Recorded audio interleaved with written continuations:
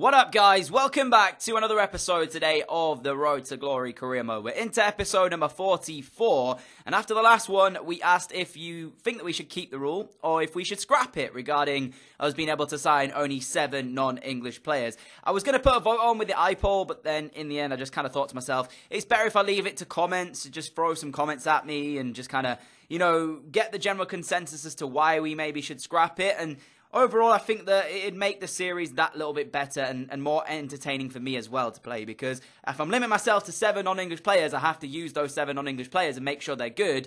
But what about those superstars that are coming through, the young kids? So I decided to scrap it. We won't be going over the top, though. It's not like I'm going to change my entire team drastically to feature 11 non-English players. Right now, we're within that 7 non-English player ruling, but after today's episode, that will improve to 9. So yeah, there's a couple of very good deals happening in today's episode, a couple of bad deals as well, a couple of deals that maybe we shouldn't have let happen. So, starting things off, we got an offer from Liverpool for Ben Brereton, which I went ahead and negotiated. I said if you give us £43 million, you can take him off our hands, but they were willing to pay no more than 31. So I decided to reject that. I think he's worth every penny of that for £43 million, counter that I offered. So I don't really see why Liverpool wouldn't accept that. Now, I've seen his name pop up on nearly every single episode. Donis from, honestly, I can't remember which French club he was playing for. But he joined them originally when he was 77 rated, and we couldn't sign him because he was very new there. However, now we have the budget. I'm going to make it happen. So there you go. Donis is going to be joining us here at Crew. We had a deal, I think, accepted of around £23 million for the striker. And in the end, we offer him a contract which he goes on to accept as well. Wanting the crucial first-team role. And also, you will see why I went ahead and made this deal happen. Because when you're thinking here, sat right now, you're thinking we've got Ben Brereton, we've got Kinsella, we've got already strikers. Why did we need another one? Well, part of me was expecting fully that we wouldn't keep hold of Ben Brereton in this transfer window. After scoring the goals he did in the Premier League and having a good campaign with England, part of me genuinely thought it's going to be quite tough to keep him. So I didn't want to have a situation where if we did lose him, I'd have to only have 5 or 6 days left in the window in order to try and make a replacement signing. So I decided to get Donis done early, so then that way we'd know even if Brereton leaves, we've still got a top quality striker to replace him with. On top of that, Donis is pretty versatile. He can play left wing, right wing striker, so wherever we need him to play, he can fit the bill across the front three. After that, we went in to sign a new backup right back from the free agents. This young man, Zivkovic, and this is another non-English player which will be joining us at the club. I did take a look at maybe signing one for £4 million-ish, just to be back up to Dominic Iorfa. But in total, there was no real point because I looked at it and they were all kind of around 72 rated and they would cost that money. Whereas I just could get Zivkovic, get him in the side, he's only 2 ratings less. So I didn't want a starting right back, which is why I didn't go splash the cash on one. I just wanted one to come in and just be like a backup in case of anything happening to Dominic Iorfa. Moving into the first game, though, that we will play with this new look side. You can see there on your screen, that is what I decided to play. I've switched the formation to a 4-3-2-1. We have the back four, which remains unchanged from that back four that was playing last season, barring, I think, we've got an injury to Oxford, so Aidan Flint comes in at the centre-back role. In terms of midfield 3, we've gone with Reece Nelson, Shibola and Grujic as a midfield 3. Nelson out of position, playing centre midfield rather than right mid that he normally plays as well. And then we went with a front 3 of El Ghazi, Brereton and Donis. Donis and El Ghazi out on the wings, but not really out on the wings because they're forwards, so they're quite compact. They still play basically as strikers. And then, of course, Brereton up top on his own. The side we meet for the Community Shield was going to be Manchester City. It's a decent side that Pep had here as well. One that a few of these players I wouldn't mind having in my side. And there was a couple of interesting names as well in there. A few players that I actually didn't recognise. Like, for example, I don't know who their striker is, Coyote, or who is Garcia as well in the centre mid role. So a couple of players that I don't actually recognise. And I was a little bit worried in that aspect, but I felt the boys had enough capability to win the game here. You can see the side, there it is, just for confirmation. Green, though, is currently our most valued player. And I don't understand why, because he's not... I don't know about him, really. I'm hit and miss. Sometimes I enjoy him and think he's a good goalkeeper, and then other times he just doesn't do anything. But in this game, we started off strong. Brereton hitting the post nice and early, 3 minutes into it. And to be honest, this is just another preseason friendly. I say it all the time. I honestly don't really care about the Community Shield. It is what it is. And as we continued on into the 26th minute, still looking for that breakthrough, we had Donis over on the right-hand side. Good back heel to Dominic Iorfa. He whips the cross in towards El Ghazi, who rises highest at that back post. But a good save from Gunn. I think that's Aaron Gunn in goal there for Man City. Stops us going 1-0 up. But as we continued on to the second half, we did take the lead. Reece Nelson finding Donis. Donis into Brereton. Brereton to Dominic Iorfa. And an unconvincing finish from our right back. I said unconvincing, I meant unconvincing. But it wasn't the most convincing strike in the world. It was very nearly saved by Gunn in the end, though. We get the lead. It's a good way to get the lead as well. Nice teamwork goal. You can see Gunn trying to get his defence back up and running. It was so unfortunate that he wasn't able to save this, because if you take a look at the replay, I'm pretty sure he gets a decent hand to this. You can see Iorfa's through, and it might have actually been his leg or whatever, but I did think he touched it on the way through. Whether or not it would have really mattered. Okay, it was his leg. It was the bottom of his foot there, as you can see. But went right in the corner, and we took the lead through Dominic Iorfa in this Community Shield. So probably not going to score that many for us this season, but nevertheless, we needed that one to go in, and thankfully it did, as they made a change. Gabriel Jesus, one of the top forwards in world football at this current time, around about 92 overall, is on the bench for Manchester City, which is, I'm hoping, not a recurring theme, because if they're resting him, then you wonder why. But Grujic here in towards the 65th minute. What a goal this one is. Lovely ball. Donis is through. Great touch. Second one to finish. On his weak foot as well. And with 25 minutes remaining. I can't do maths today. But with 25 minutes remaining, we had the second goal and looked like we were on course to picking up this Community Shield. And let me just say, the pass from Grujic is inch perfect. The former Liverpool man links up with the new man, Donis. And as you can see, the finish is exquisite as well. No chance for Gunn in between the sticks to even get anywhere near that one. It's just a brilliant finish, to be fair. And the first touch as well is even better from Donis. Now, could he be the next Ben Brereton if Ben Brereton leaves the club? We'll have to wait and see. We don't know, of course, if Brereton's going to commit his futures to the club or if he's going to be leaving by the end of the window. But I'm not too worried if he does, because Donis is showing some good signs early on here. But we weren't convincing throughout the entire match defensively. Jose Gaya making a mistake there, passing the ball straight to a Manchester City player. Eventually, Jesus finds Tadebe. And what a strike it was from the fullback. There was absolutely nothing I could have done with that one. I can't even blame Green for that, because there's nothing I could have done in terms of our goalkeeper. But Jose Gaya giving the ball away, a little bit worrying. But nevertheless, what a strike it was from the Manchester City man. As I said, I don't really have any complaints with Green. It's his first real thing he's had to do all afternoon long. But there was not too much he could have done about that strike. It's just a brilliant shot. And in the end, City pull one back. But ultimately, it was not enough. We did get the 2-1 victory. And we did get our hands on the first piece of silverware for this season. It's only the Community Shield, but it's still good signs for this upcoming season. Remember, we've got to try and defend our Premier League title. Whether or not we're going to be able to do that is going to be a different case entirely. But then, another offer in for Ben Brereton. £30.3 million from Hoffenheim. Again, not quite enough. We already rejected the 30.1 that Liverpool tried to give us previously. So I went in to chat with the Hoffenheim manager and said, look, we're willing to accept no less than £42.3 million, which is still a hefty price tag. And Hoffenheim said they didn't want the negotiation to fall through and that they're willing to pay and match the £42.3 million for Ben Brereton. Wow, honestly, I don't know whether or not this is going to be a mistake. I don't know whether or not this is going to be good for the business, you know, because we're thinking about this long term. 40 million quid is a lot of money to get in a player that we didn't spend £40 million on.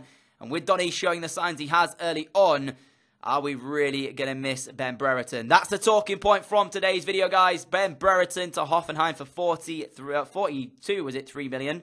42.3 million, that's it. If you think that's going to be a mistake, let me know in the comments below. I'm interested to get your guys' opinions on that, because I can confirm as well, after we got out of the game here against Man City, it was Brereton's last appearance, this one. He does leave the club and join German club Hoffenheim in a £40 million deal. So let me know what you think about that one. Is it a mistake for us to let him go? Do you think it's good business? And of course, we can then reinvest that 40 million quid into our team, which we do later on. There's also going to be a vote because we are on the verge of making some new signings. And I want you guys to have the decision. So the vote will come up at the top right-hand side of this video. I will explain the signings we've got once we are going further on, because they are later on in the video after Brereton does, in fact, leave the club for £40 million, which is sad, but at least we got to see him in action one more time. Coincidentally, first game of the Premier League season was against Man City. Let's see if they learned from their mistakes in that 2-1 defeat last time out, or if they were going to fall to a defeat yet again here. This time it is at Crewe, so we do have the home advantage. In the early parts of the game, I don't really know what happened. Man City trying to get the ball up the field of play, but we did well with Ezri Konsa, who is still that rock at the back for us. Our captain still in the side. Eventually wins it back. We get on the attack nice and early. Grujic here picking up the ball. This is a great run from midfield from him. He finds a pass out wide to Brereton. Brereton to El Ghazi. El Ghazi's shot is well saved by Gunn.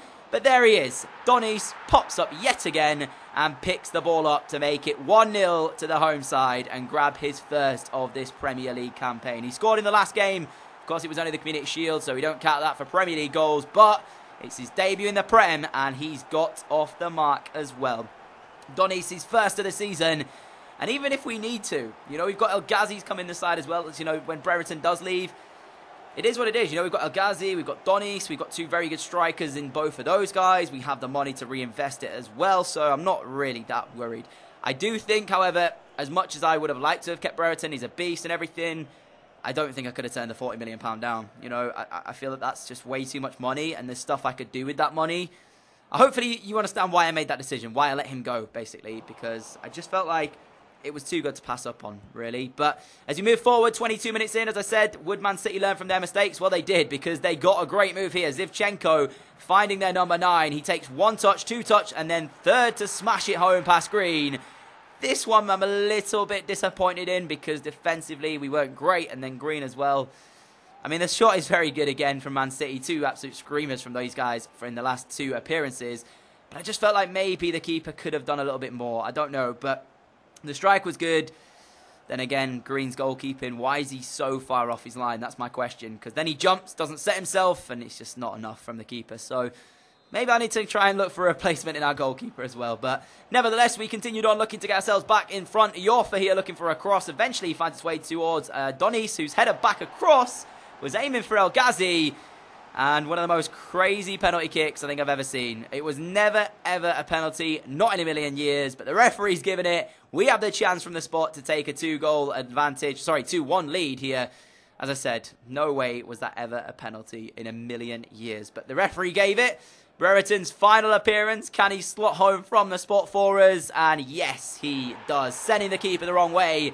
Running over as well towards the Crew fans before he diverts his attention away. But nevertheless, it's 2-1 to the home side, and this is the best way to start off defending your Premier League title. Brereton on the score sheet, off the mark for himself as well, and also it was Donis on the score sheet here today.